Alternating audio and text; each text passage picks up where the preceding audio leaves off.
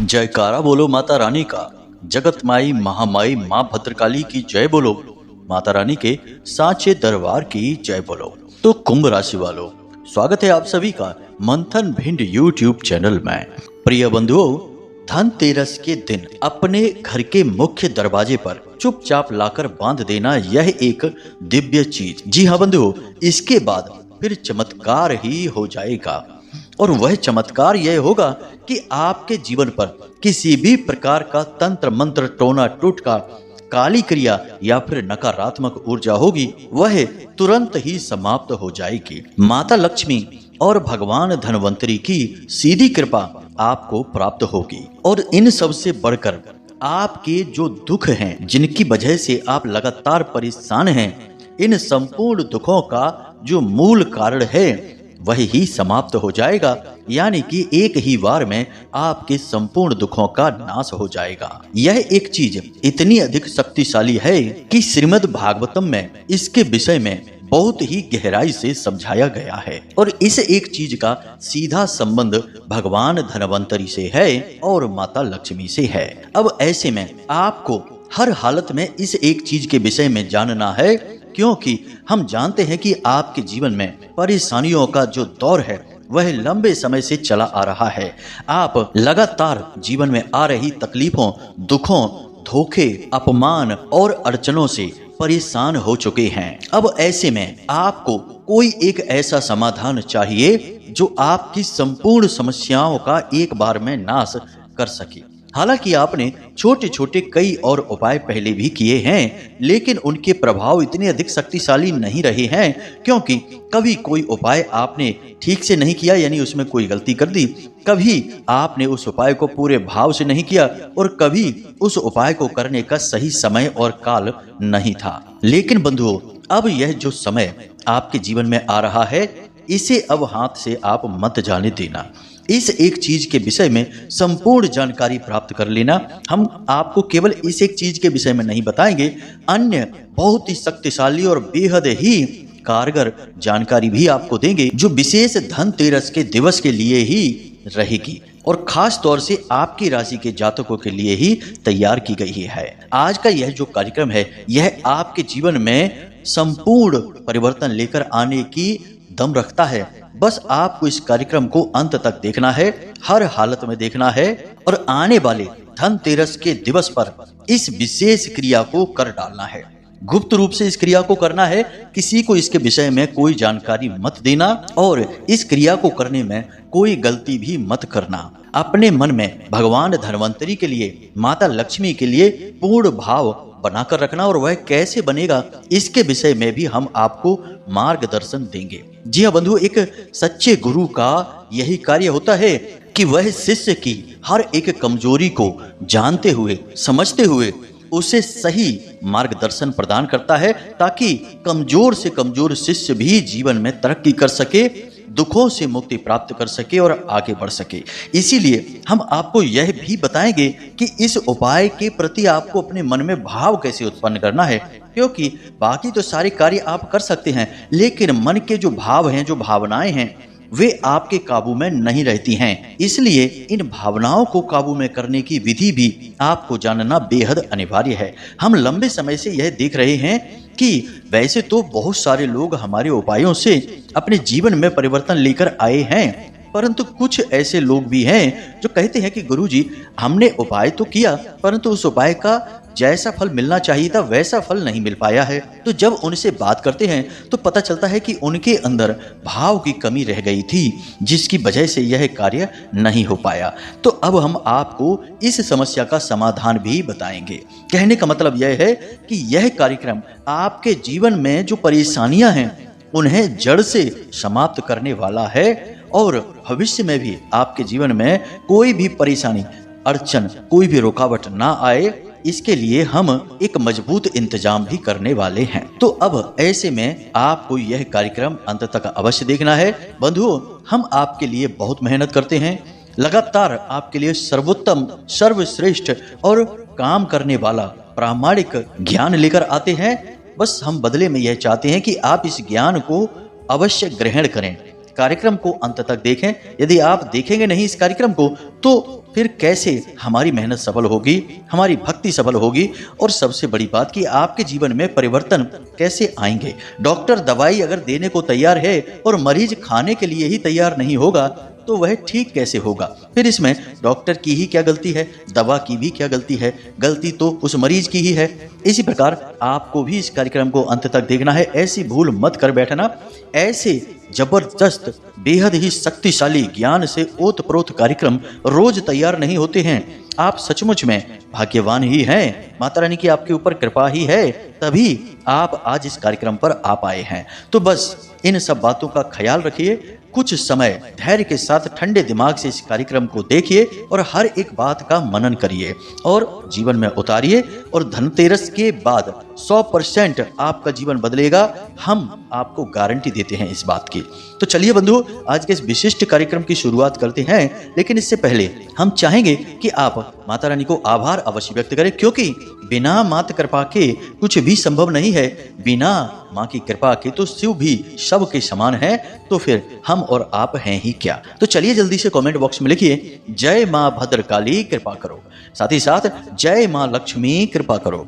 माता रानी आपके ऊपर पूर्ण कृपा करेंगी, आपका जीवन 100% बदलेगा ही बदलेगा। याद रखना बंधु, जिन पर कृपा मात की होई, तिन पर कृपा करे सब कोई। इसी के साथ साथ बंधु, हमारा आपसे एक निवेदन और है कि यदि आप इस चैनल कार्यक्रम पर पहली बार आए हैं तो आप इस चैनल को सब्सक्राइब अवश्य कर लें। ऐसा करके आप न केवल हमारे बल्कि माता रानी के इस दिव्य परिवार के सदस्य बन जाएंगे, और फिर आपके जीवन में माता रानी की कृपा स्वयं प्रवेश कर जाएगी, क्योंकि यह तो माई का दरबार है। तो चलिए जल्दी से चैनल को सब्सक्राइब करिए, फिर आगे बढ़ते हैं। तो बंधुओं, अब ध्यान से सुनिए। आज हम आपको आपके ही बारे में कुछ ऐसी बातें बोलना चाहते हैं जिन्हें सुनकर आपको लगेगा कि हाँ, हम सचमुच में आपके लिए मेहनत करते हैं और आपके बारे में कुछ जानते तो हैं। तो ध्यान से सुनिए। यह जो दीपावली का त्योहार आ रहा है, बेशक यह खुशियों भरा त्योहार है, जीवन में आनंद लेकर आता है, असत्य की हार और सत्य की जीत का पर्व है।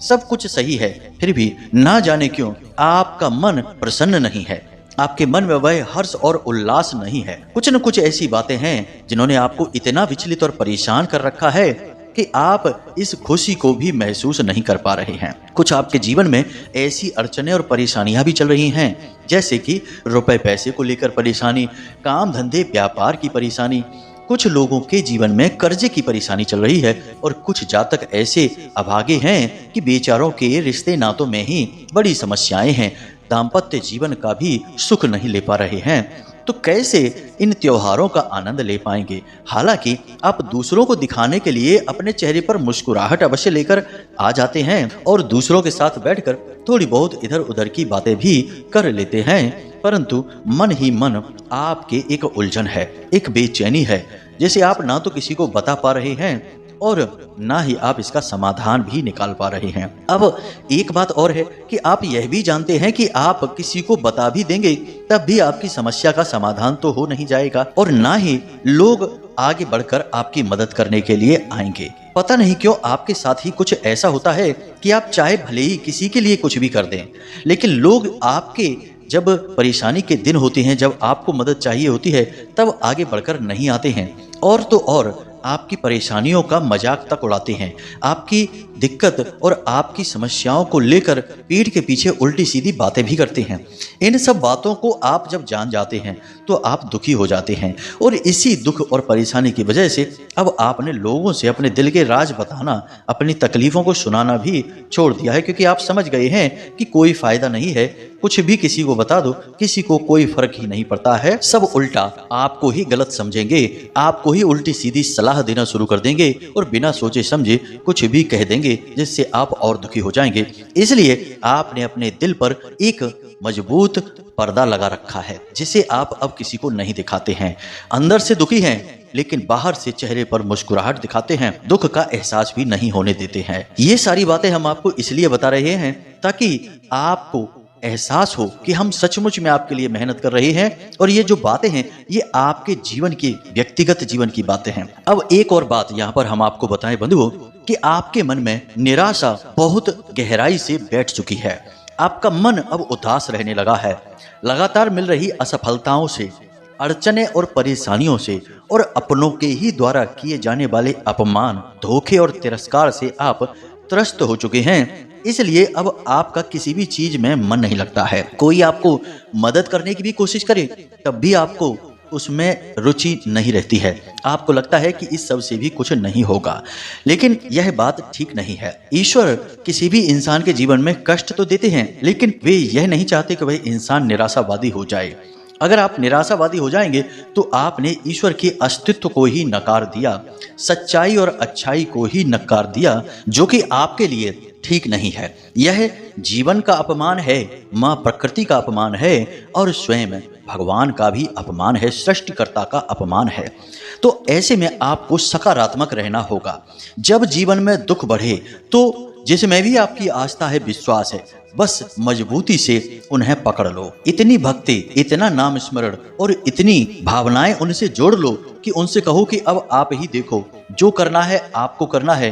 अच्छा देना है तो ठीक है, बुरा देना है तो वह भी आपका ही है। मतलब कहने का यह है कि जब जीवन में वक्त बुरा होता है तो वह वक्त होता है भगवान को याद करने का, उनकी भक्ति में डूब जाने का, चले जाने का। और यकीन मानिए बंधु कि जब आप भगवान से भावनात्मक तौर पर जुड़ेंगे तो भगवान भी आपको हर एक मुसीबत से बाहर निकालेंगे। यही है जीवन का सार और वेद, पुराण, रामायण और गीता का सार। अब ये सारी बातें हम आपको केवल इसलिए बता रहे हैं ताकि आप मानसिक तौर पर सकारात्मक विचारों के लिए तैयार हो जाएं और एक नई उम्मीद की किरण आपके मन में जागे। याद रखना कि घना अंधेरा चाहे कितना ही क्यों ना हो, उम्मीद की एक किरण हमेशा बाकी रहती ही है।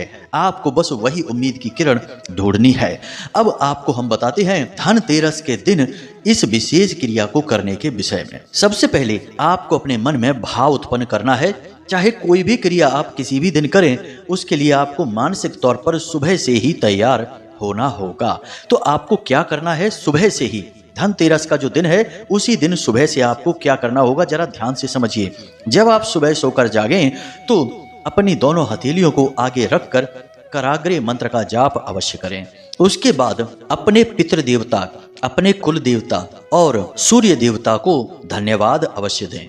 उसके बाद आप भगवान धनवंतरी और माता लक्ष्मी का आवाहन करें। मन ही मन उनके बारे में विचार करें और भगवान से यह कहें कि हे भगवान, आज का यह जो दिन आपने हमारे जीवन में दिया है, इसके लिए हम आपका हृदय से धन्यवाद देते हैं।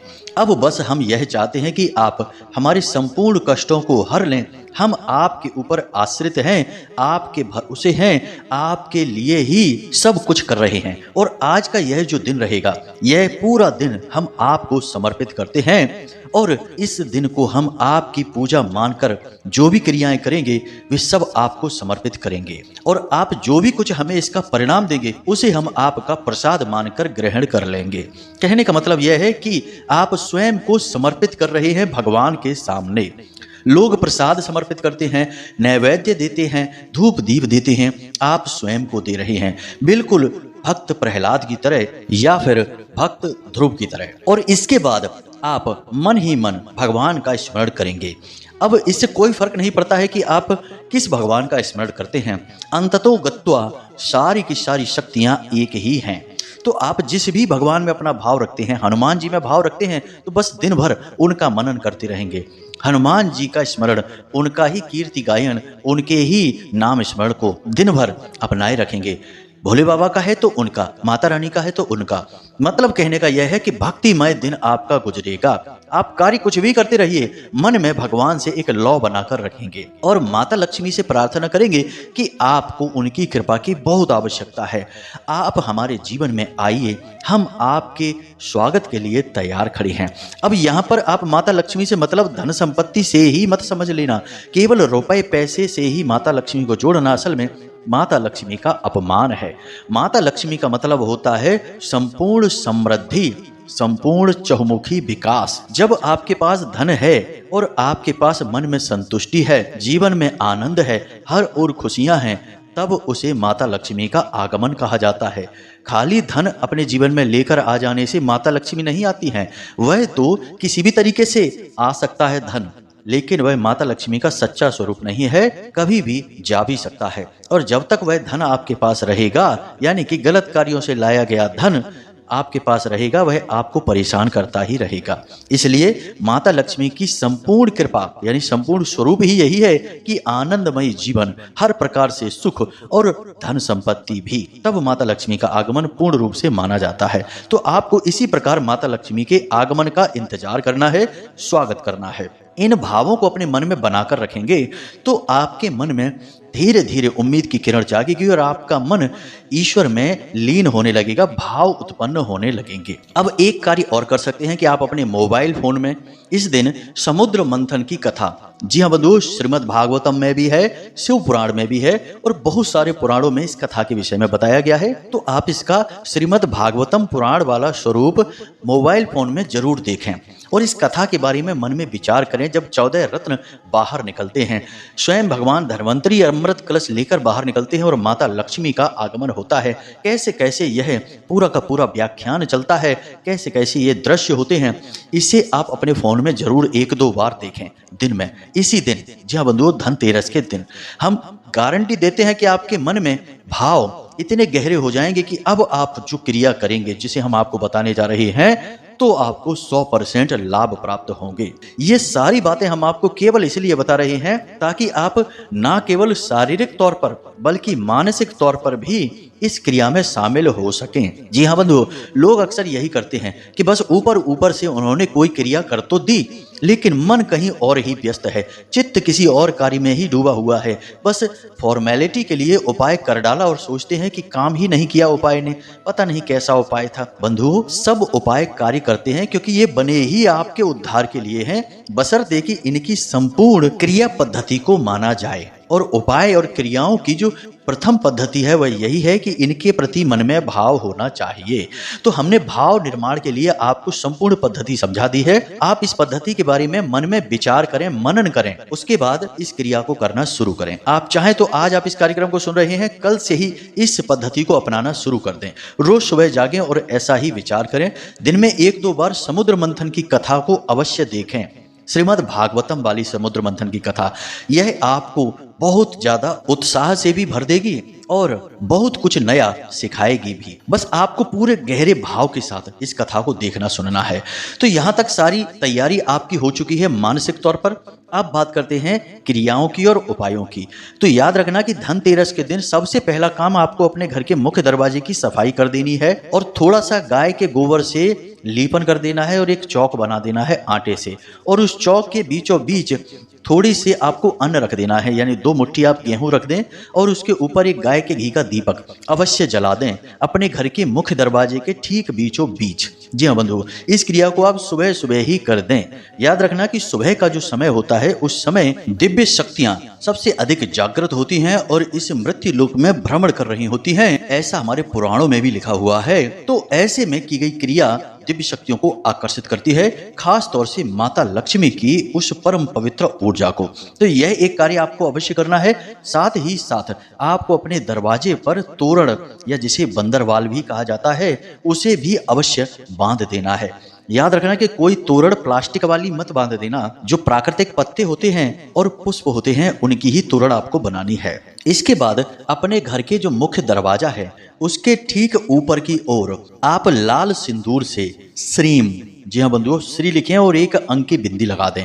यह माता लक्ष्मी का नाम है, इसे आप अवश्य लिख दें और दरवाजे के दाईं और बाईं ओर दोनों तरफ आप एक एक स्वास्तिक हल्दी से अवश्य बना दें। साथ ही साथ पंचशूलक भी आप अवश्य लगा दें। इतना कार्य आपको करना बेहद आवश्यक है क्योंकि आपको दिव्य शक्तियों को आकर्षित करना है और इस कार्य से दिव्य शक्तियां आपके घर की ओर आकर्षित होंगी। यह कोई नया कार्य नहीं है।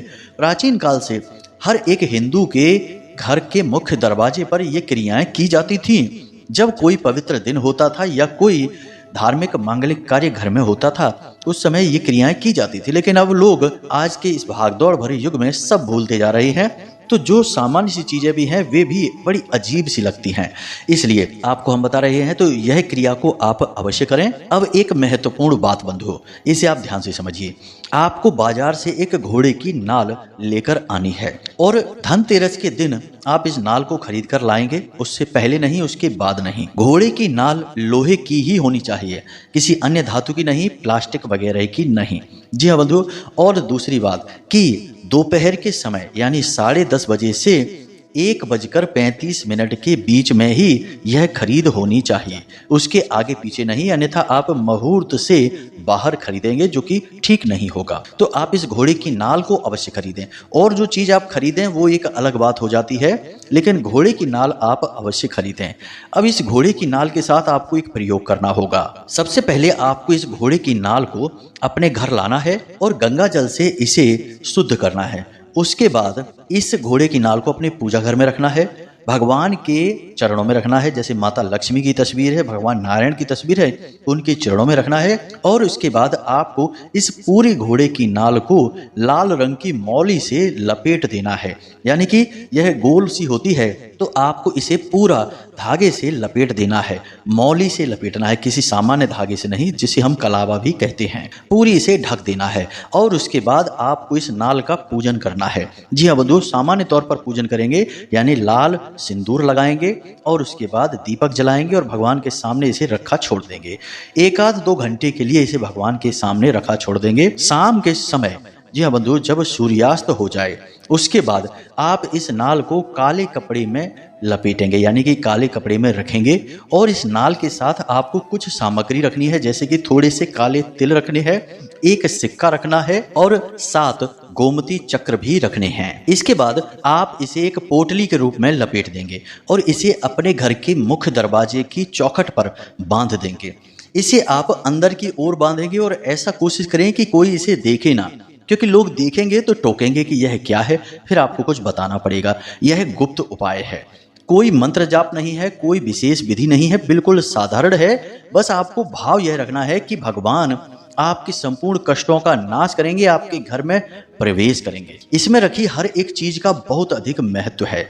जैसे कि आपने नाल रखी है, घोड़े की नाल की विशेष गुण और शक्ति यही है कि यह सबसे पहला कार्य नकारात्मक ऊर्जाओं को दूर भगाती है और धन संपत्ति को और शुद्ध सकारात्मक ऊर्जा को आकर्षित करती है। यह बहुत पुराना उपाय है, कोई नया नहीं है। इसी प्रकार आपने गोमती चक्र रखे हैं जो कि भगवान के सुदर्शन चक्र का प्रतीक हैं और जो नकारात्मकता को काटने का कार्य करते हैं। इसी के साथ आपने सिक्का रखा है जो कि माता लक्ष्मी का स्वयं स्वरूप है। साथ ही साथ आपको एक सुपारी भी रखनी है, जो हम बताना आपको भूल गए थे। तो एक सुपारी भी आपको रखनी है जो कि उत्पत्ति का, आपकी इच्छाओं और अभिलाषाओं का प्रतीक है।